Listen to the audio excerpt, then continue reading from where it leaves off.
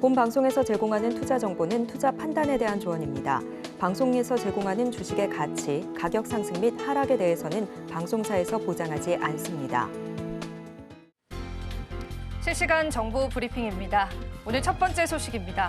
영풍과 MBK 파트너스가 14일 종료된 고려아연 공개 매수에서 5% 이상의 물량을 확보하면서 최윤범 회장과의 경영권 분쟁에서 승기를 잡았습니다.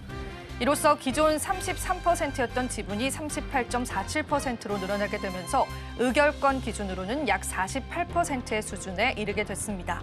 하지만 양측의 갈등은 앞으로 지분 경쟁과 이사회 장악을 위한 임시 주충표 대결 등으로 장기전으로 이어질 것으로 전망되고 있습니다.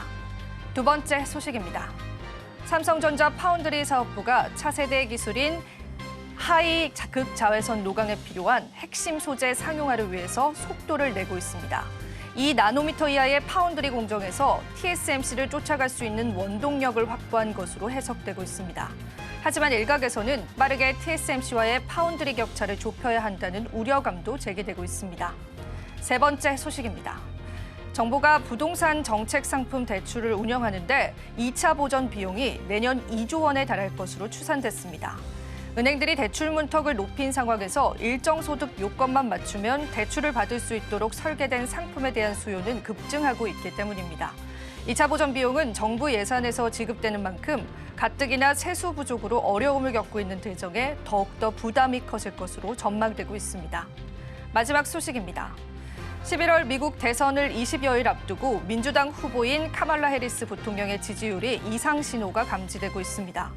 공화당 후보인 트럼프 전 대통령과의 겹차가 좁혀지고 있으며 민주당의 전통적인 턱밭인 흑인과 히스패닉계 사이에서도 예전 같은 강력한 지지를 받지 못하고 있습니다. 폴리마켓 등에서 트럼프의 당선 가능성이 2개월 내 최고 수준까지 올라오면서 트럼프 당선 확률 역시 높아지고 있다는 분석입니다.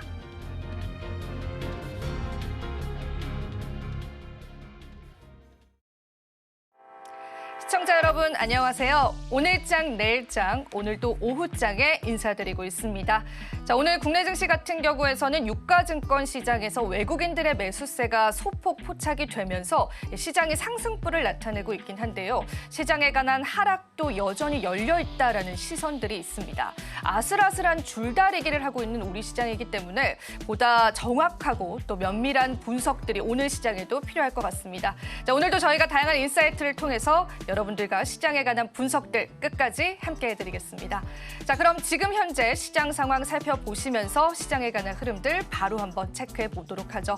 자, 지수부터 살펴보겠습니다. 자, 오늘 코스피 코스닥 지수는 빨간불을 나타내고 있습니다. 제가 앞서도 언급을 해드렸는데요. 그 상승폭이 크지는 않습니다. 그렇기 때문에 지금 코스피 지수는 0.15% 그리고 코스닥 지수도 0.22%의 약보합 상승을 나타내주고 있습니다. 수급도 바로 한번 체크를 해보시죠. 자, 오늘 수급 이전에 일중 흐름 살펴보시자면요. 코스피 지수 같은 경우에는 그래도 장 중반 들어서는 어느 정도의 탄력세를 가져가고 있긴 한데요. 그래도 장 초반이 강세를 나타냈다라는 부분에서 오후장까지의 전략들 살펴보셔야 될 것 같고요. 코스닥 지수도 바로 한번 살펴보겠습니다. 자, 코스닥 일중 흐름은 지금 다소 힘이 둔화되고 있다라는 분석들이 있고요. 특히나 수급적인 부분에서 외국인들의 매도도 계속되고 있는 시점입니다. 자, 수급 바로 한번 살펴보시면서 조금 더 자세히 살펴보겠습니다. 코스피 지수에서는 오늘 개인이 덜어내는 흐름이고요. 반면 기관과 외국인은 오늘 시장에서 사들이고 있습니다. 기관은 501억 원, 외국인은 1,000억 원 넘게 물량을 현재 사들이고 있는데요. 오후장 들어서 외국인들의 매수 물량들 조금 더 증폭됐다라는 부분들 체크해 보시면 좋겠습니다. 자, 코스닥 수급도 바로 한번 살펴보시죠. 코스닥은 반면에 개인이 매수하고 있는 시점이고요. 오늘 외국인들은 어제와 더불어서 오늘 코스닥 시장에서도 덜어내는 흐름까지도 확인이 되고 있습니다. 개인 같은 경우에는 984억 원 현재 사들이고 있고요. 기관은 소폭 매도하고 있고 외국인 834억 원의 매도 물량 보여주고 있습니다. 시가총액 상위 종목으로 넘어가서 시장에 관한 흐름들 살펴보겠습니다. 코스피 지수에서는 그래도 삼성전자와 SK하이닉스가 상승불을 보여주고 있긴 한데요. 저는 어제 장 마감을 한 이후에 삼성전자에 관한 외국인 매도 물량을 집중해서 봤습니다. 여전히 외국인들은 삼성전자를 매도로 일관하고 있는 모습을 확인이 되고 있는 모습이고요. 지금 현재 구간에서도 외국인들의 외국인들의 매도세는 계속되고 있습니다.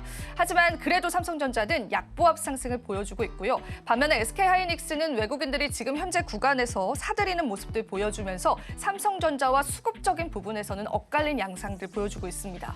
간밤 엔비디아가 다시 한번 사상 최고가를 달성하면서 일부 종목군들이 오늘의 상승이 나와주고 있는데요. SK하이닉스 역시도 2% 넘게 상승하고 있습니다.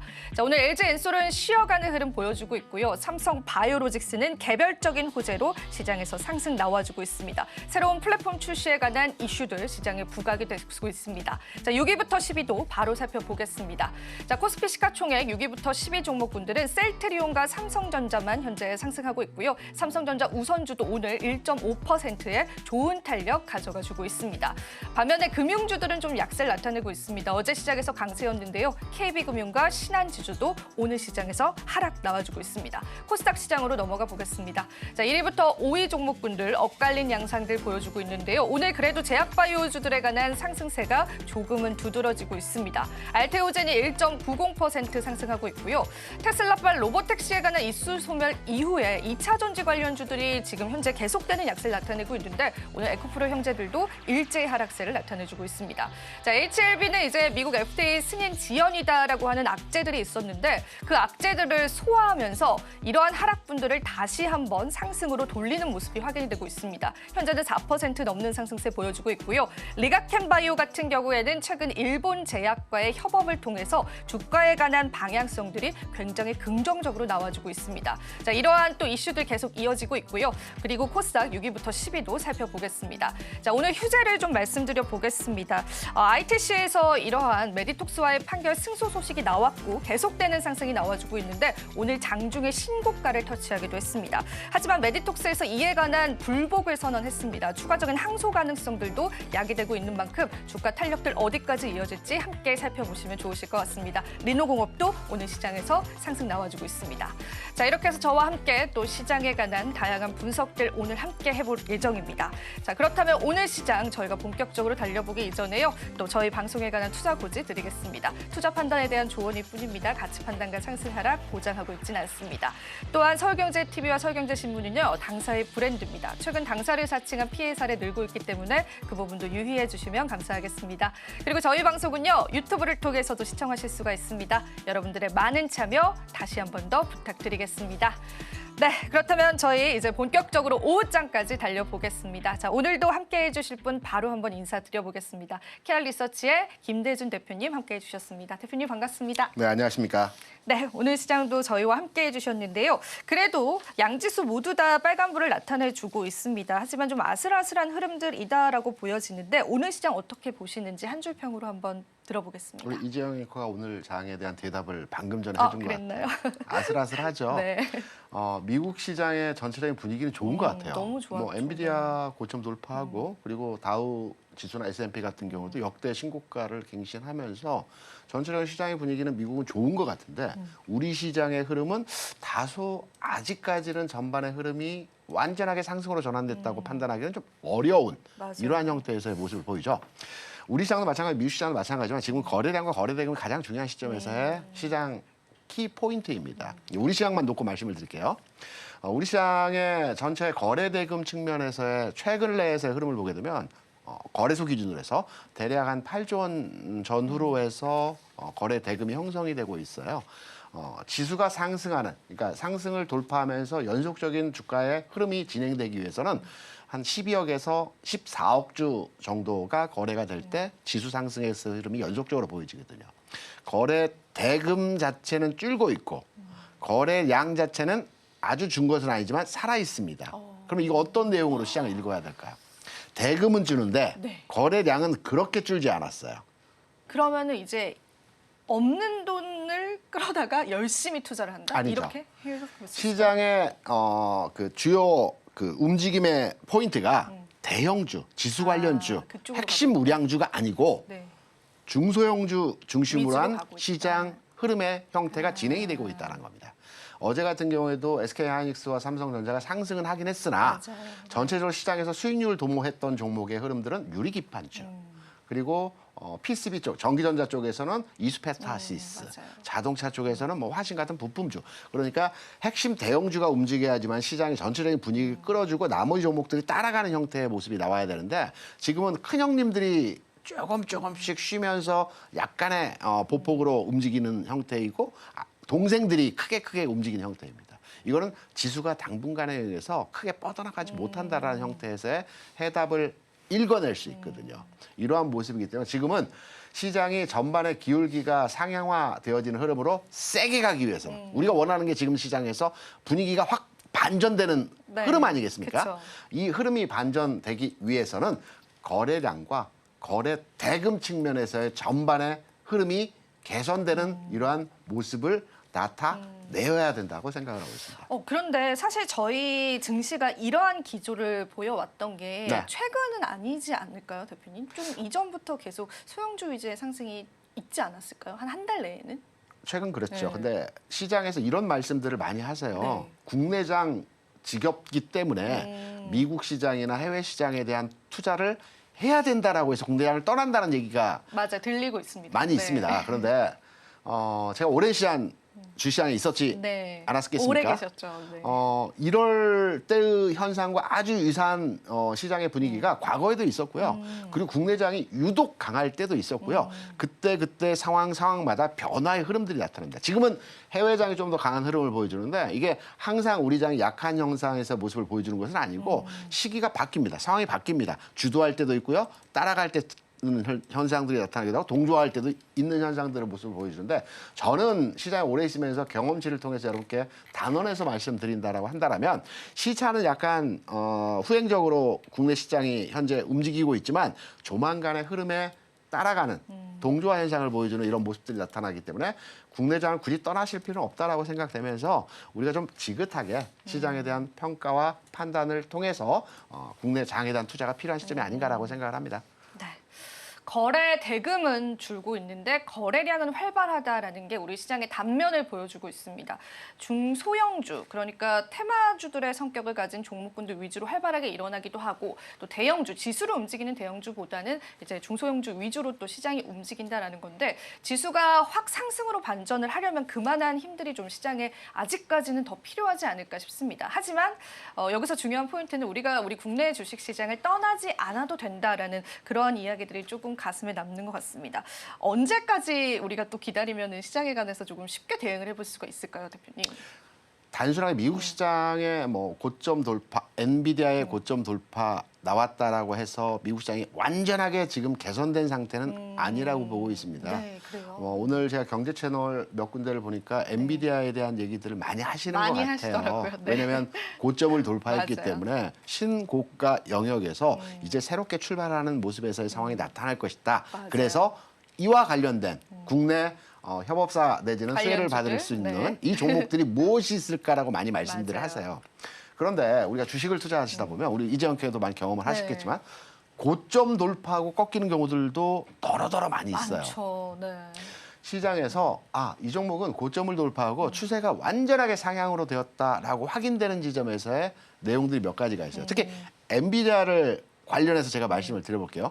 제가 거래량 거래대금을 말씀드렸는데 엔비디아 같은 경우에도 올 1월부터 주가가 상승 탄력을 받아서 움직이기 시작하면서 전반의 고점 부근을 돌파할 때, 그러니까 강한 추동력을 가지고 상승 흐름이 나타날 때는 보통 4억 주에서 5억 주 정도 거래가 됐습니다. 네. 물론 절대 가격이 올라와 있기 때문에 거래량은 줄을 수밖에 없어요. 궁극으로. 하지만 최근에 엔비디아의 거래량 수준에서의 상황을 보게 되면 2억 주가 안 됩니다.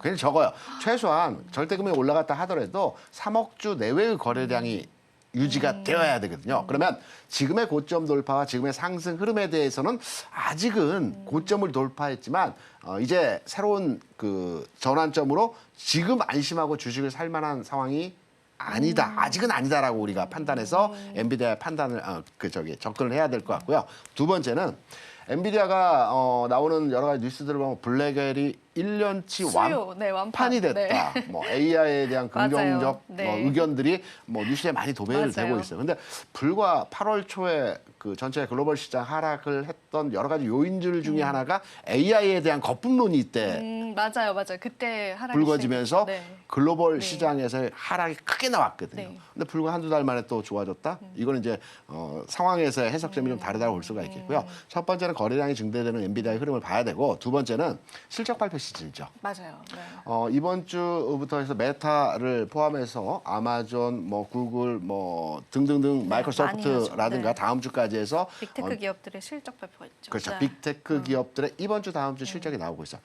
왜 이 실적 발표 내용이 중요한가에 대해서 판단을 해보게 되면 네. 뭐 시총 1위인 종목은 아니겠지만 엔비디아의 흐름에 따라서 미국의 전반의 기술주 중심에서의 흐름들이 동조화 현상을 보이기 때문에 엔비디아는 1년 물량을 완판했고 시장에서 긍정적으로 바라보고 있고 다 좋다라고 해요. 근데 이제 확인되어야 하지 않습니까? 그렇죠. 확인을 무엇으로 하느냐? 엔비디아의 실적을 가지고 확인하는 것이 아니고요.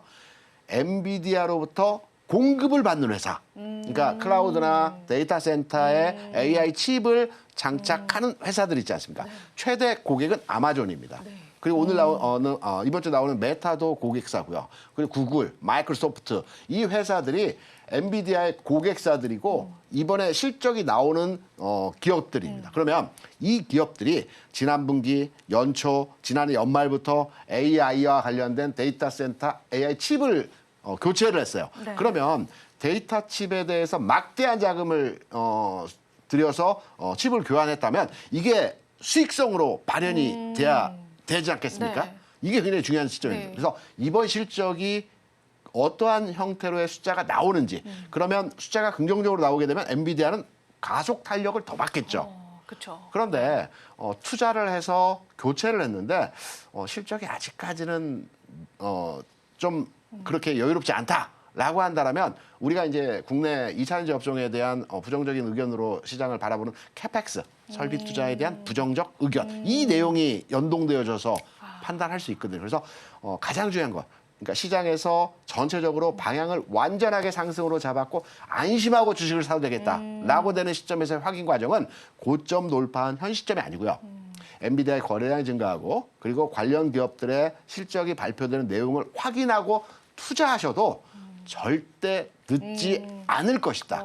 그때가 시작이기 때문에. 그래서 너무 성급한 판단으로의 지금 시장 전략을 세워가실 필요는 없고 나오는 숫자와 흐름을 확인하고 그리고 나서 투자하셔도 늦지 않을 것이다라는 측면으로 지금 시장에 대한 뭐 엔비디아 그리고 국내 관련 기업들에 대한 평가 내용을 진행하고 있습니다. 네, 중요한 말씀을 좀 해주신 것 같습니다. 사실 우리가 실적 발표 앞두고 있는 시점에서 이 실적이라는 게 주가에 탄력을 주기도 하지만 리스크가 되기도 하거든요. 그렇다면은 그 실적에 관해서 우리가 정확하게 파악을 하고 포지션을 잡아도 늦지 않는다라는 말씀이고요. 우리가 사실 오늘 경제방송에서 얼마나 많이 엔비디아 관련해서 그렇죠. 떠들었겠습니까? 네. 하지만 우리가 지금 또 섣불리 이 엔비디아에 관한 확신론을 가져가기보다는 실적을 조금 더 지켜보고 고객사들의 실적을 좀 지켜보고 접근을 하는 것도 늦지 않을 것 같습니다. 제가 너무 네. 비관적인 말씀만 앞에 해드렸기 때문에 긍정적인 내용도 네. 하나 말씀을 드려볼게요. 말씀 좀 부탁드립니다. 네. 이번 주에 이제 중요한 그 데이터 발표들이 네. 있습니다. 미국의 서비스업 지수 맞아요. 발표가 네. 있고요. 중국에서의 산업 상승과 소매 판매도 있어요. 굉장히 네. 중요한 데이터거든요. 네. 주반에 몰려 있습니다. 이게 이제 전환점이 될 수 있는 데이터의 발표 시점이라고 보고 있는데요. 그 이전 단에서 미국 시장에서의 그 다우지수나 S&P의 실적 발표 기업들의 예상치를 보게 되면 대략 전년 동기 대비해서 7% 정도 상승하는 그 실적치가 향상됐다라고 합니다. 7% 얼마나 큰 규모인지를 말씀드리면 22년도 미국 기업들이 최대 실적을 발현한 이후에 최대입니다. 그러니까 M7 종목을 제외한 나머지 종목들. M7 종목들은 그간에 22년도 최대 실적 이후에도 계속 성장했습니다. 그런데 나머지 기업들은 22년 이후에 최대 실적이기 때문에 지금 뭐 캐터필러 같은 종목들이 신고가를 기록하면서 주가 올라가는 형태에서의 모습들을 보여주고 있고 다우지수나 S&P가 이런 관련된 종목들의 주가 상승 흐름으로 진행이 되고 있다는 것은 우리가 시장을 관통해서 하나 꿰뚫어 볼 수 있는 내용이 기존까지는 M7 위주의 시장 흐름을 만들어 갔다라고 한다면 이제 M7이 아닌 종목들이 미국 시장에서 두각을 나타나면서 시장을 주도할 가능성도 있겠구나. 그럼 우리 투자 전략적 측면에서도 네. 어떠한 포트폴리오 과정에서 흐름을 좀 개선하고 바꾸어가는 내용으로 기존과는 다른 요 부분도 하나 필요한 관점에서의 시장 포인트입니다. 그럼 자세히 좀 설명을 해주실 수 있나요? 구체적으로 우리가 어떤 섹터군들을 좀 봐야 되는지. 거래량 말씀드렸는데 글로벌리 미국뿐만 아니라 일본도 거래량이 최근 거래 대금이 감소하고 있고 우리도 마찬가지입니다. 미국 시장도 지금 거래량이 폭발적으로 늘어나면서 고점을 돌파하는 상황이 아닙니다. 거래는 감소했는데 주가는 올라가고 있는 상황. 근데 전 세계 주시장에서 거래량이 폭발적으로 증가하고 있는 시장이 딱 하나 있습니다. 중국인가요? 그렇죠. 상해 지수 기준으로 해서 보게 되면 거래량 수준에서의 거래 대금 수준에서의 두 가지 양적 측면에서의 증가 추세를 보게 되면 최근 3년 동안의 흐름에서 가장 많은 두세 배, 그러니까 평균 거래량의 2배 내지는 3배 이상의 거래량이 폭발적으로 증가하고 있다. 이건 돈이 몰리고 있다라는 그쵸. 거거든요. 거래량 증가하는 것, 거래 대금이 증가하는 것은 돈이 그쪽 시장으로 몰리고 있다는 겁니다. 그러면 미국에서 M7 이외의 종목들이 실적이 개선되고 있고요. 중국의 전체적인 흐름들이 긍정적으로 발현되면서 시장의 관심도가 부각되고 있고. 그러면 우리나라에서의 이러한 종목들의 흐름들이 과거에 움직였던 종목들, 많은 종목들이 움직였던 종목들이 있지 않겠습니까? 네. 이 움직임의 종목에서 좀 시야를 옆으로 돌려서 봐야 되는 흐름들. 경기 민감주 제가 계속 말씀드렸지 계속 않습니까? 말씀해 주셨어요. 네. 경기 민감주는 물론 최근에 쉬고는 있어요. 짧게 쉬고는 있는데 흐름 자체가 깨어진 거 아닙니다. 긍정적으로 발현될 수 있는 흐름에 진행이 나타날 수 있기 때문에 경기 민감 섹터에 대해서는 우리가 계속해서 주시하고 관심 갖고 이들 종목에 추적해서 모니터링하고 터닝 포인트에서는 따라가야 된다고 보죠. 그런데 여기서 또 의문이 드는 네. 게 이제 경기 민감주들은 외부적인 요인에 영향을 받잖아요. 그쵸. 뭐 유가라든지 뭐 다른 부분들 여러 가지 그런 부분들이 안 좋게 나왔을 때는 대응을 할 수 있을까요? 대표님? 유가라기보다는 글로벌 경기 GDP 성장률을 많이 영향을 그런 받죠. 뭐 지표라든지 그렇죠. 이번 주에 이제 그래서, 미국도 네. 그렇고 이제 중국도 이제 GDP 성장률 네. 자체가 나오는데 우리는 이제 하나 주시장을 예측해서 매매를 하지 않습니까? 네. 예측 투자를 많이 합니다.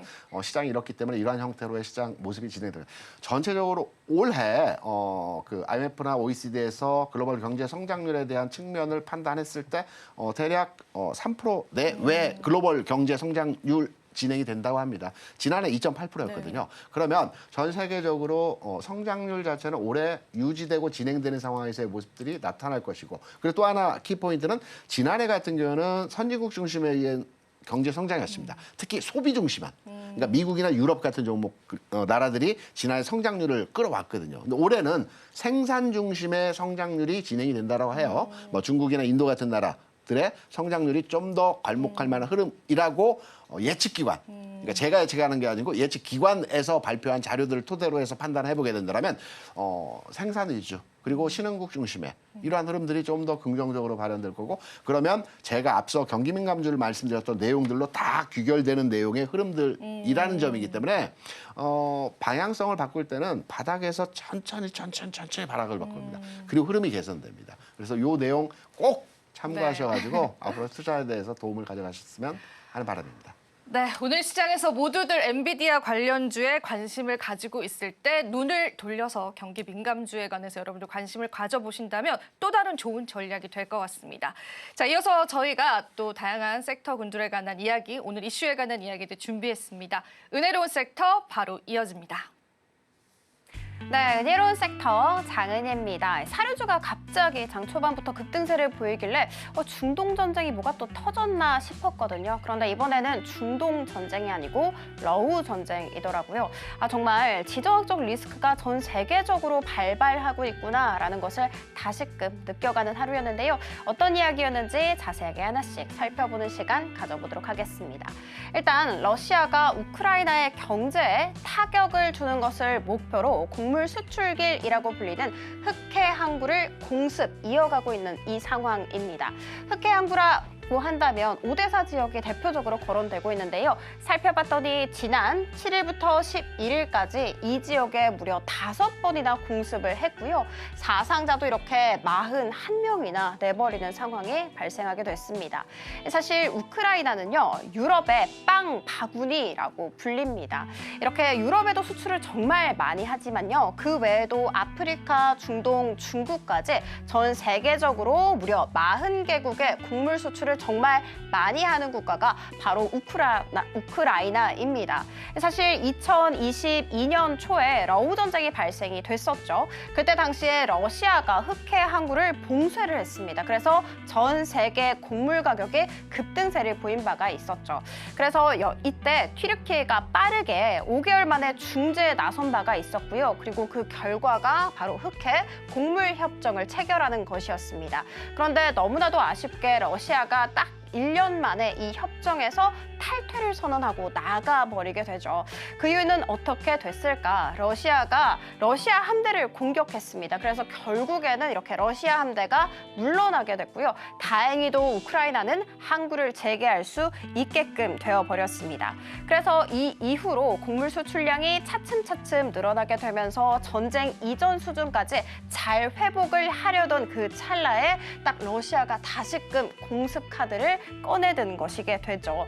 자, 그러면 러시아는 대체 왜 이러는지 살펴봐야 될 텐데요. 먼저 첫 번째 이유는 앞서 살펴봤듯이 우크라이나에 경제 타격을 주기 위해서입니다. 그리고 두 번째 이유는요. 이렇게 곡물 수출기를 막게 되면 공급량이 줄어들게 되잖아요. 그런데 수요는 여전합니다. 즉 가격이 반등세에 나설 수밖에 없는 상황. 그러니까 자신들의 곡물을 높은 가격에 팔고 싶어서가 아니냐라는 속내를 우리는 조금씩 읽어볼 수가 있겠죠. 이렇게 번 돈으로 러시아는 무기를 생산을 할 수도 있고요. 그리고 군대를 먹일 예산도 충분히 확보를 할 수가 있게 됩니다. 사실 지난 그때 그 5개월을 한번 떠올려 보자면 우리는 그때 당시에 곡물 가격이 정말 급등세를 했던 거 기억나실 것 같습니다. 이번 공습이 사실 얼마나 이어질지는 모릅니다. 그렇지만 이어지면 이어지게 될수록 사료값은 급등세를 보일 수밖에 없고요. 그 두려움을 갖고 있는 우리는 이렇게 관련 종목들의 상승세로 이어질 수밖에 없다라는 거 말씀드리도록 하겠습니다. 첫 번째 이슈 살펴봤으니까요. 두 번째 이슈 한번 들어가 보도록 하겠습니다. 두 번째 이슈는 드디어 오늘입니다. 위고비 이야기고요. 오늘부터 국내 판매를 시작하게 됐습니다. 식약처 허가 받은 다음 무려 18개월 만의 일이더라고요. 조금 셀 온으로 작용하지 않을까 싶어서 제가 한번 찾아봤더니 일단 모든 종목들 아래에 써놓은 모든 종목들은 오늘 약세를 보이고 있다라는 거 말씀드리도록 하겠습니다. 그럼에도 불구하고 비만 치료제에 대한 수요는 굉장히 높은 상황이고요. 그리고 이 시장 자체도 굉장히 커질 수밖에 없잖아요. 그래서 조금 더 나중에 주가가 상승 탄력을 받지 않을까 하는 마음에 한번 준비를 해봤습니다. 일단 위고비 같은 경우에는 해외에서 벌써 2021년에 출시가 됐습니다. 그리고 나서 지금까지도 품귀 현상을 겪을 정도로 정말 큰 인기를 얻고 있죠. 당연히 국내에서도 인기를 얻지 않겠냐라는 이야기 나오고 있는 상황이고요. 전문가들은 벌써 약물 오남용에 대한 우려의 목소리를 내고 있는 상황입니다. 의사의 처방이 무조건 필요한 전문 의약품임에도 불구하고 개인 간 거래가 이루어지지 않을까라는 이런 우려의 목소리다라는 거 말씀드리도록 하겠습니다. 국내 허가 사항에 따르면 고도 비만이거나 고혈압이나 당뇨 등을 동반한 비만 환자이거나 이렇게 국한이 되어 있는 상황입니다. 실제로 임상시험 한번 살펴봤더니 68주간 주에 딱 한 번만 투약을 하게 되면 체중이 평균적으로 14.9% 감소했다라는 것을 알아갈 수가 있습니다. 자, 그러면 가격 궁금하시죠? 사실 비급여 제품입니다. 그렇기 때문에 공급가가 37만 원 동일합니다. 그럼에도 불구하고 유통이라든지 마진이라든지 이런 것들이 다 포함이 되면 80만 원 이상일 것으로 우리는 점치고 있는 상황입니다. 굉장히 비싸죠. 그런데 싹센다 같은 경우에는 한 30만 원에서 40만 원이었거든요. 이것도 비쌌습니다. 그런데 소위 강남주사라고 불리면서 돈이 있어도 구할 수 없을 정도로 품귀 현상을 겪은 바가 있었잖아요. 그래서 이번 이 위고비도 그 절차를 그대로 밟아가지 않을까라는 이야기 나오고 있습니다. 관련 종목들의 흐름은 추후 저희 방송 통해 확인하시기 바라겠습니다. 자, 그리고 다음 테마 한번 살펴보도록 하겠습니다. 국내 테마 탑3로 준비를 해봤고요. 오늘 최상단에 이름을 올리고 있는 쪽은 바로 양자 암호주 쪽입니다. SK텔레콤이 하이브리드형 양자 암호 제품을 출시했다라는 이야기 전해졌습니다. 하이브리드잖아요. 두 개의 암호화가 동시에 진행이 되는 거다 보니까 아무래도 보안성이 높다라는 것이 그 특징입니다. 그래서 오늘 관련 종목들 큰 폭으로 움직임 보여주고 있고요. 오늘은 조선과 조선기자재 또다시 떠들썩하게 움직임 보여주고 있는데요. HD 현대중공업이 개별 호재를 꺼내놨습니다. 3,400억 원 규모의 공급 계약 체결 공시를 낸 바가 있었는데 벌써 연간 수주 목표의 140%가량을 달성한 것으로 나타났습니다. 그리고 긍정적인 리포트 계속해서 쏟아지고 있는 상황입니다. 실적 개선이 쭉 이어질 수 있을 것이다라는 이야기 속에 오늘 전반적으로 강세 보여주고 있다라는 거 말씀드리면서 다음으로는 원자력 발전으로 한번 들어가 보도록 하겠습니다. 구글이 미국 SMR 업체에 전력을 구매하는 계약을 체결했다라는 이야기 전해지게 되면서 간밤 미증시에서 SMR 관련 종목들이 급등세를 보여줬습니다. 뉴스케일 파워 같은 종목들이 6% 이상 고공행진을 했고요. 그 흐름 그대로 받아가면서 우리 관련 종목들도 움직임 보여주고 있습니다. 은혜로운 섹터 장은이었습니다.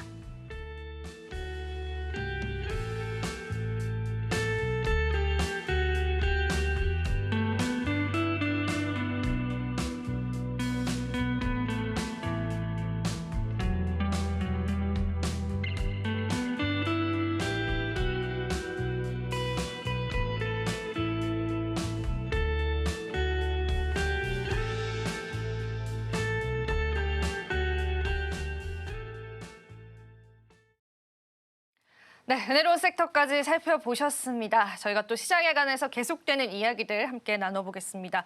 방금 전에 속보 하나가 떴는데요. 대표님과 함께 이야기를 나눠보면 좋을 것 같습니다. 윤석열 대통령이 제주도에 UAM 시범 운용 구역으로 지정을 하겠다라는 소식들이 전해졌는데 UAM 생각을 하면은 굉장히 저는 머나먼 이야기다라고 생각을 했었어요. 그런데 이게 계속 한 발 앞으로 다가오고 있는 그런 느낌들이 드는데 우리 주가에는 어떤 영향들 좀 미칠까요? 대표님? 어제도 그 드론 드론 관련 관련해서, 종목들이 맞아요. 올랐지 네. 않습니까? 같은 맥락점에서 이제 진행이 되는 건데 우리가 먼 얘기가 아니고요. 이미 뭐 지방 같은 경우는 농약을 살포하고 그런 농사를 거는 사용을 짓는 하죠. 부분에서 네. 많이 활용이 되고 있고요. 다만 이게 이제 기업의 실적과 기업의 생산성과 연계되기 위해서는 시간이 좀 필요하다고 보고 있어요. 그래서 지금 움직이는 어제도 잠깐 움직였다가 흔들림이 나오고 있는데 이게 연속성을 가지고 흐름이 나타나기 위해서는 그 독일이 현재 최강국이거든요. 그리고 가격 네. 면에서 가장 그 보편적으로 사용되는 건 중국제입니다. 네. 근데 우리 같은 경우는 아직 이 부분에 대해서 시장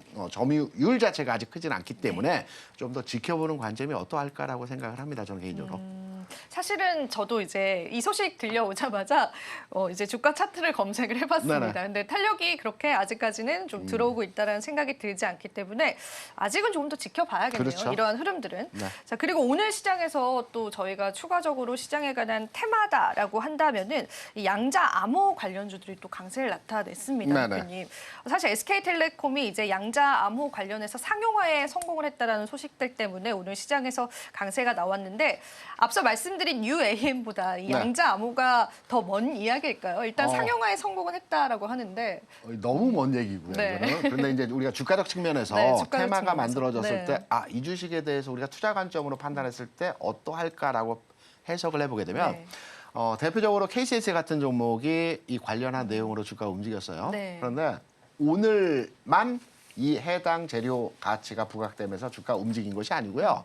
올 한 해 동안 5번 정도 주가 수준에서의 해당 재료 내용들이 시장에 영향을 줬습니다. 뭐 KT와 협업, 오늘 SKT 관련한 내용이 네, 나왔지만 맞아요. 그 정부의 그 R&D 사업 관련해서도 한번 발현됐었고 그다음에 뭐 예타면제 얘기들도 있었어요. 최근에 그러면서 2월, 뭐 5월 6월, 8월, 그리고 오늘 이렇게 한 번씩 발현됐는데 주가를 한번 시간 되실 때 양자 관련된 암호와 네. 관련된 주가를 네. 한번 쫙 보시기 바랍니다. 네. 지난해 12월부터 한 5-6번 정도의 재료 가치가 부각되면서 그날 해당 일에 주가 거의 상한가 또는 뭐 한 20% 이상의 상승을 보여줬는데 그때나 지금이나 8,000원 수준입니다. 이게 무슨 말이냐면 해당 재료가 주가 연속성을 가지고 쭉 밀어 올리는 재료가 아니고 한번 시장에서 발현됐을 때 일시적으로 급등을 하고 다시 제자리로 내려가고 또 2-3개월 차에 또 한번 재료 가치가 부각이 되면서 주가 상승하고 또 제자리로 하고. 그래서 올 한 해만 한 5번 정도의 재료 가치 부각되는 과정에서 오르고 내리고 제자리 과정이거든요.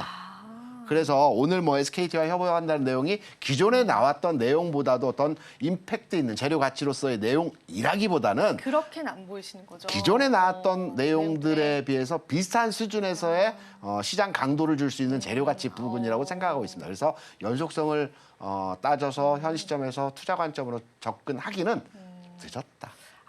네, 대표님께서는 또 항상 뭐 네. 수치적인 부분들과 또 그리고 이제 턴 어라운드 되는 주가의 탄력들이 그런 또 종목군들을 많이 말씀해 주시는데 네. 저희가 사실은 굉장히 이렇게 테마주들에 조금 더 관심이 가는 건 사실이잖아요. 네. 이런 테마단의 짧은 성격을 가지고 있는 주가의 강도가 짧은 성격을 가지고 있는 그런 종목군들은 대응책을 어떻게 가져가야 될까요? 이렇게 해야 됩니다. 이전에 그 대형주라고 하는 종목들은 어떻게 투자를 해야 될까요? 장기 투자를 좀 하죠. 그 관점이 아니고요. 네. 진입을 할 때 진입을 관점으로. 할 때요? 분할로 좀 진입을 하죠. 주식은 저는 분할 매수한다는 거는 별로입니까? 네. 왜냐면 오르거나 네. 내리거나인데 네. 분할로 한다는 것은 네. 뭐 다음에 내리면 추가로 사겠다라는 건데 그럼 다음에 사야죠. 네. 그래서 분할은 아니다라고 생각을 네. 하고 저는 이제 주식은 사거나 팔거나인데 대형주 진입을 하는 방법은 이렇습니다. 대형주 같은 게 패턴이 있어요. 주가가 어떤 시장에서의 반응도를 보여주면서 강하게 상승하는 날이 있어요. 전체적으로 뭐 3%, 4%, 5% 네. 업종마다 다르겠지만 그리고 나서 이 종목 대형주 간다 하고 그 다음 날 당일에는 못 샀습니다. 무서워서 너무 많이 올라서 어제 가격보다도 한 5% 올랐기 때문에 못 사고 다음 날 조정받으면 사야지라고 생각하고 계시다가 하루, 이틀, 3일, 4일 조정을 받아요. 그러면 대형주는 역시 투자 관점으로서 적합하지 않아. 그리고 한 일주일 정도 지나면 또 올라갑니다. 그리고 나서 이런 형태가 계속적으로 반복. 그러니까 쉽게 말해서 계단식의 상승이 나타납니다. 그러니까 대형주는요. 대형주를, 네. 조정받을 때 사야 됩니다. 신호가 한번 나온 상태에서 2, 3, 4, 5, 6일 조정을 받을 때 이때 사야 되는 겁니다. 이때 말씀하신 대로 모아가는 것도 좋겠지만 네. 저는 이때 들어가는 거거든요. 그리고 나서 기다리는 겁니다. 네. 매수 이외 그 바이앤 홀딩 전략이 네. 대형주의 투자 관점이거든요. 이런 전략으로 접근하시면 저점에 잘 사실 수 있어요. 근데 말씀하신 개별주, 소형주, 테마주는 테마주. 달라요. 네. 조정받을 때 사면 꼭집니다. 어. 조정을 안 줍니다. 살 가격을 안 만들어줍니다. 눈에 봤으면 따라가는 겁니다. 그러니까 소형주는 항상 움직인다. 재료가 부각됐다. 따라가고 손절 가격만 정하고 계속 주시하면서 판단하는 겁니다. 그래서 지금 오늘장 같은 경우에도 제가 모두에도 중소형 종목을 중심으로 한 거래량은 형성되면서 시장의 전체적인 흐름이 이런 그 개별단의 종목들이 움직인다라고 네. 말씀을 드렸는데 나는 시장 대응력이 뭐 뛰어나서 언제든지 치고 빠지는 그러니까 들어갔다가 나오는 과정에서의 바로바로의 잘한다라면 네. 시장 대응 가능합니다. 그런데 우리 방송에서 계속 종목이 올라간 종목들을 언급하는 경우들이 많지 않습니까? 맞아요. 네. 나는 시장에서 지금 소외돼 있어 이렇게 맞아요. 생각하실 네. 필요 없고요. 시장 흘러갑니다. 이런 종목을 관심 있고 대응이 발빠른 분들은 이런 형태의 종목으로 그 운용을 하시는 거고 네. 나는 뭐 가사일도 해야 되고 직장도 나가야 되고 또 등등등 여러 가지 일을 해야 되고 시장을 모니터링을 크게 못해. 그러면 지금 가진 포지션을 안전하게 또 우량주로 이렇게 가져가는 것도 하나의 투자 패턴이기 때문에 너무 움직이는 종목에 치중해서 판단할 필요는 없다라고 생각을 합니다. 그렇습니다.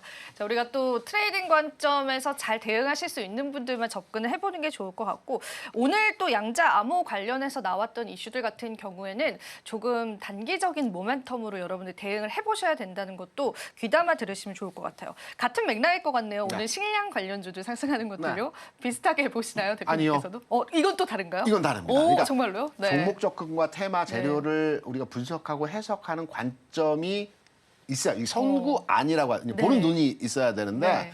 아까 양자암호와 관련된 내용들은 이미 여러 번 거론되면서 주가의 흐름 자체가 제자리 걸음을 하고 있기 때문에 단기적인 시세에서 흐름을 보여주고 꺾인다.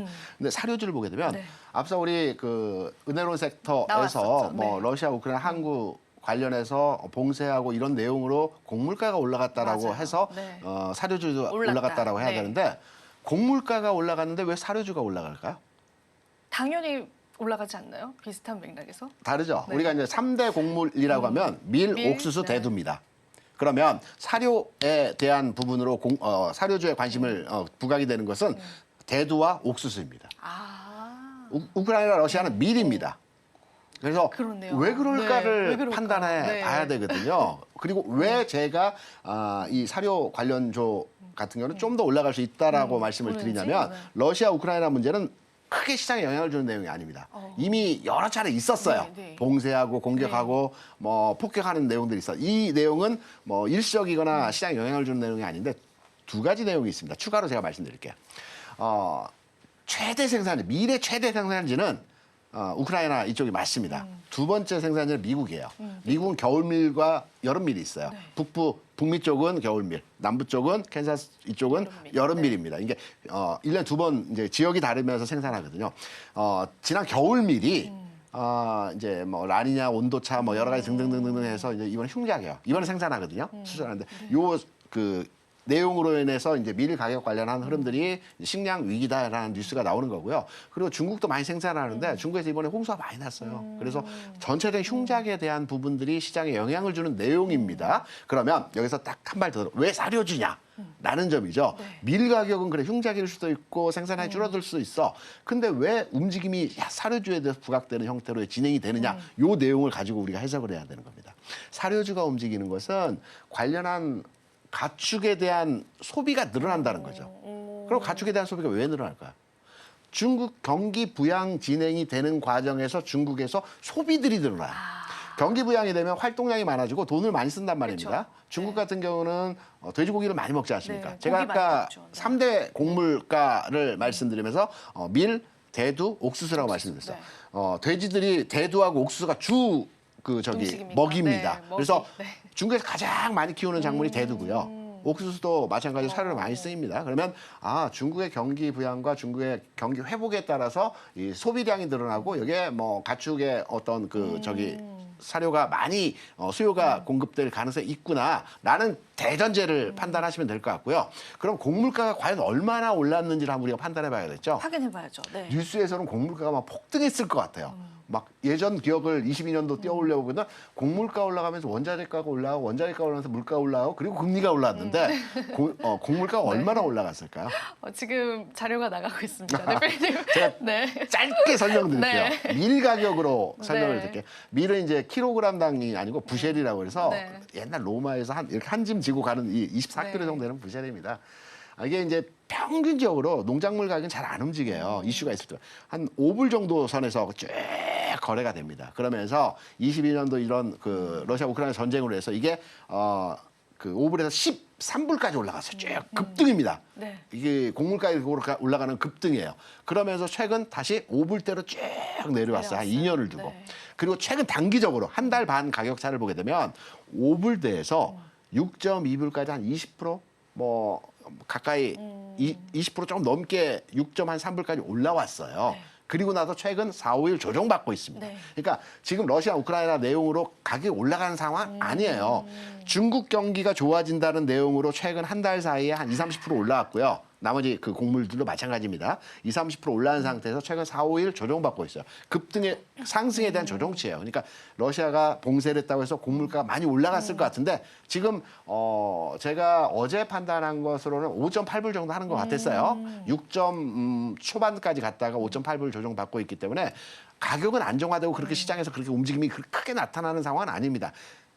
이 봉쇄를 했기 때문에 당연히 올라갔을 거다라고 판단해서 우리가 건너짚어서 이제 예상하는 거기 때문에 실제 그 세계 곡물가 수준에서의 네. 상황은 단기적으로 최근 한두 달 사이에서는 올라갔지만 최근 4, 5일 사이에서는 조정받고 있다는 흐름으로 이해하시면 될 것 같고요. 사료주 제가 말씀드렸죠. 중국 경기 회복되고 살아난다. 네. 소비가 늘어나고 사람들 이동이 많아지면 당연히 중국이 제일 좋아하는 돼지고기 돼지를 먹고, 비롯해서 네. 뭐 이런 그 소비가 늘어나고 돼지가 가장 많이 먹는 사료가 대두, 옥수수, 밀은 안 먹지만 네. 요 곡물가 위주의 흐름이기 때문에 오늘 뭐 고려산업이라든가 한일사료 네, 같은 가기도 종목들이 하고, 네. 좀 강합니다. 네. 과거 같았으면 러시아 우크라이나 발 이슈로 주가가 움직였어요. 이거 일시적인 상승입니다. 안 봐도 됩니다라고 말씀드릴 것 했을 같은데 텐데. 이 흐름이 오늘 상승하고 뭐 내일 정도에는 재료 가치가 희석되면서 빠질 수도 있겠죠. 네.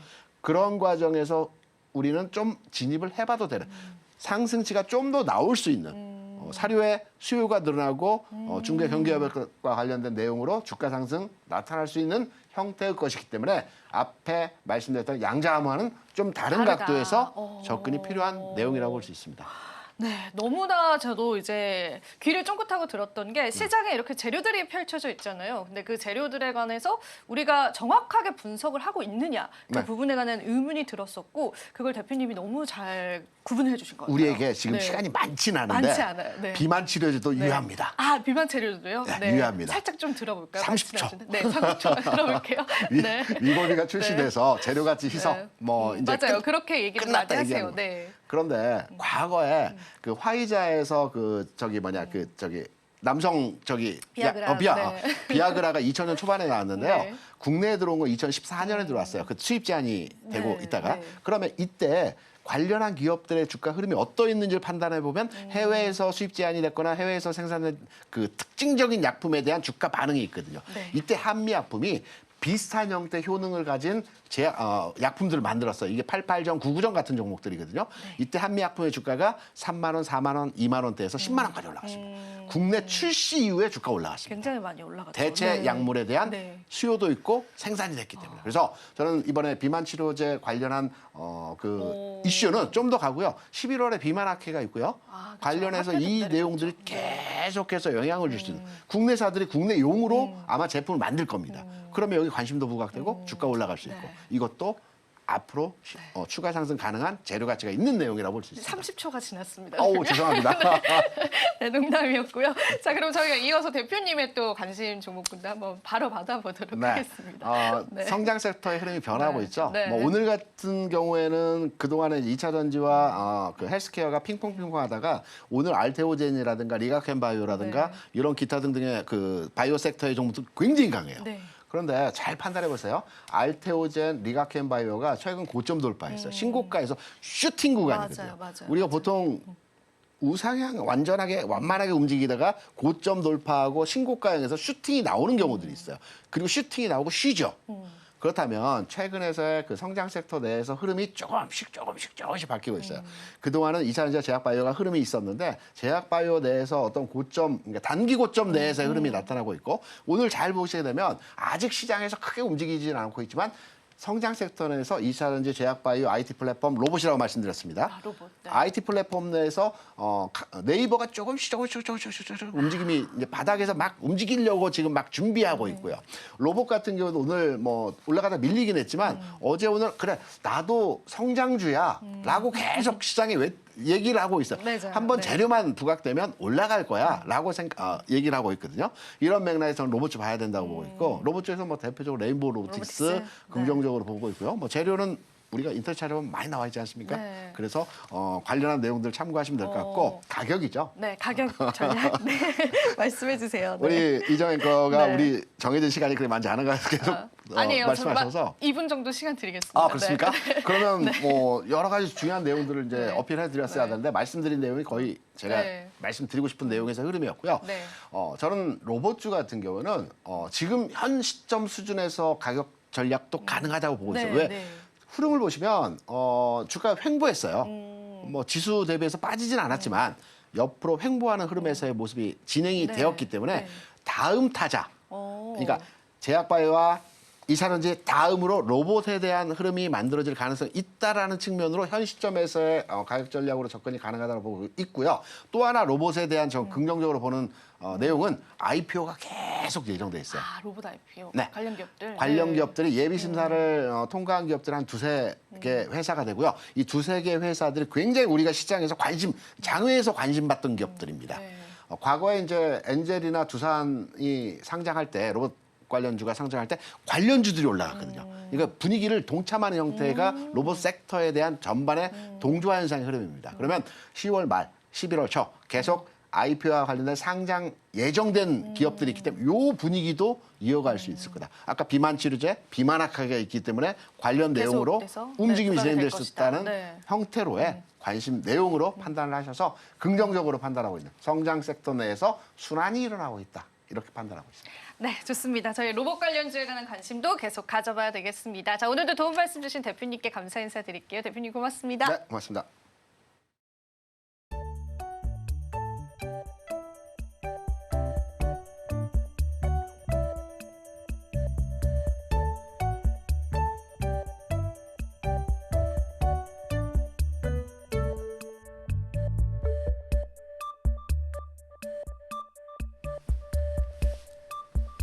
마지막으로 본 방송에서 제공해드리는 정보는 투자 판단에 대한 조언일 뿐입니다. 가치 판단과 상승 하락 보장하고 있지는 않다는 점 다시 한번 유의 부탁드립니다. 저희는 잠시 뒤 2부에서 다시 찾아뵙도록 할게요. 시청해주신 여러분 고맙습니다.